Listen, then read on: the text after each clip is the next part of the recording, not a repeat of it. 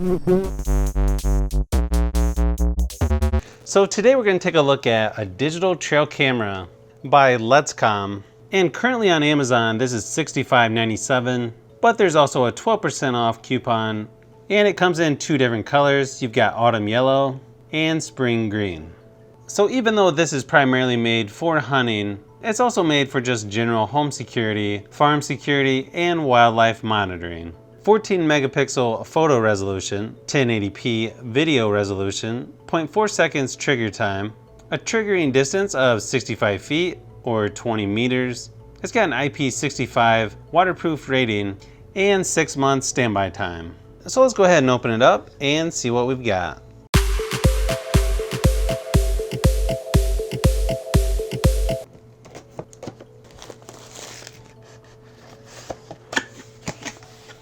So it comes with customer service information. It comes with a micro USB cable, a pretty long mounting strap, which is just under 5 feet long, a metal mounting plate, and this little threaded, sort of like a tripod mount. So first let's remove the plastic from the front of the lens.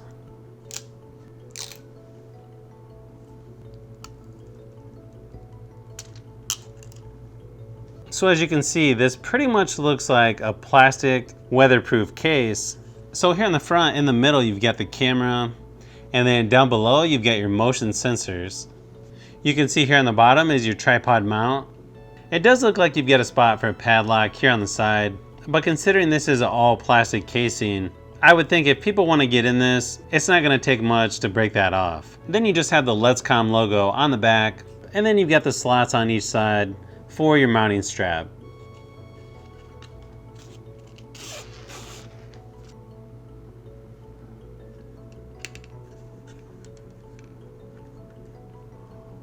So inside it's got a little card that says read before use, and basically it's just telling you to remove the plastic film from the lens, insert a micro SD card up to 32 gigabytes, class 6 or higher, use 8 AA batteries, and then once you have the camera set up, make sure that it's on the on position, not setup, and then just make sure the camera is lock secure with the lock buckles, and the internal insulation pad is not damaged when installing it outdoors. As you can see, this is the spring green version, and to keep the case closed, they've got these little buckles here on the side. So you've got a menu, replay, directional buttons for the camera and photo, cropping the shot, and an OK button. Down here at the bottom, you've got your micro SD card slot, AV output, micro USB port, and then you've got the on, setup, and off switch. So let's go ahead and put the batteries in and power this thing up.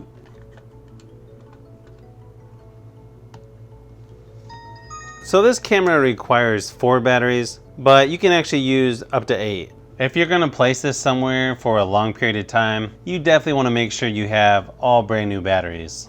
So once you put all 8 batteries in, it definitely adds a little bit of weight to it, but it's still pretty compact, and I think you could put this just about anywhere.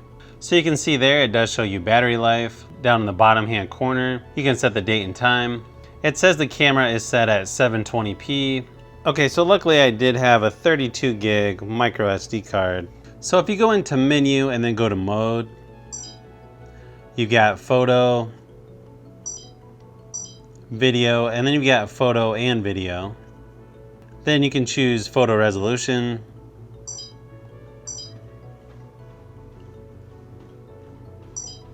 And then instead of just doing 1 photo, you can also do 2 photos in a series or 3 photos. And then video resolution. It's at 720p now. Let's move that up to 1080p. So video length, you can go all the way up to 10 minutes. And you can also turn the audio recording on or off. You've also got shot lag. You can turn the side motion sensors on or off. You can also change the sensitivity of the motion sensors. So you can choose low, middle, or high. It looks like you can also do a target recording time. You can do a time lapse. You can change the language. And if you don't like to tell time by military time, you can change that to what most people use, to 12 hours instead of 24 hours. And you can also change the date format. You can also do the photo stamp of the time and date, just the date, or you can turn it off. You can also add password protection, you can turn the beep sound on or off, and you can format the memory card. And then it just shows your serial number, reset settings, and what version of the software you're on. So now you can see it's at 1080p resolution. It shows the SD card in there, and it's got the correct date and time. Okay, so now that we got most of the basics out of the way, I'm gonna go ahead and set this up outside, see what kind of footage I can get. Hopefully I can get some footage of some wildlife. Then I'm gonna show you some of that footage, come back, and give you my final thoughts.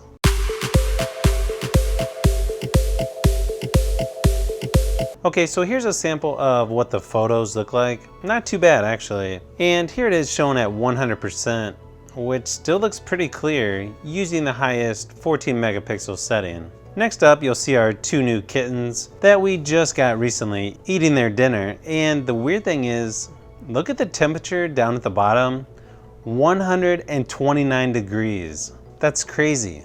Now, I know the actual temperature was around 90 degrees, maybe just a hair higher. So you'll definitely want to keep that in mind when you place the camera. Obviously, where I have it is in direct sunlight, so it's going to get pretty hot.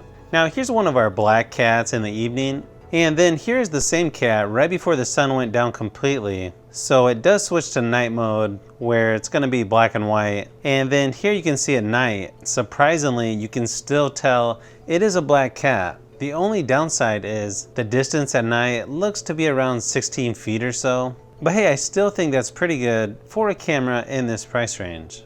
You can see our cat's definitely curious about the night vision infrared lights, but then it's like, whatever, I'm hungry. So hopefully this video gives you a little bit more information. One thing that was a little tricky is getting the micro SD card out where I mounted it so low to the ground.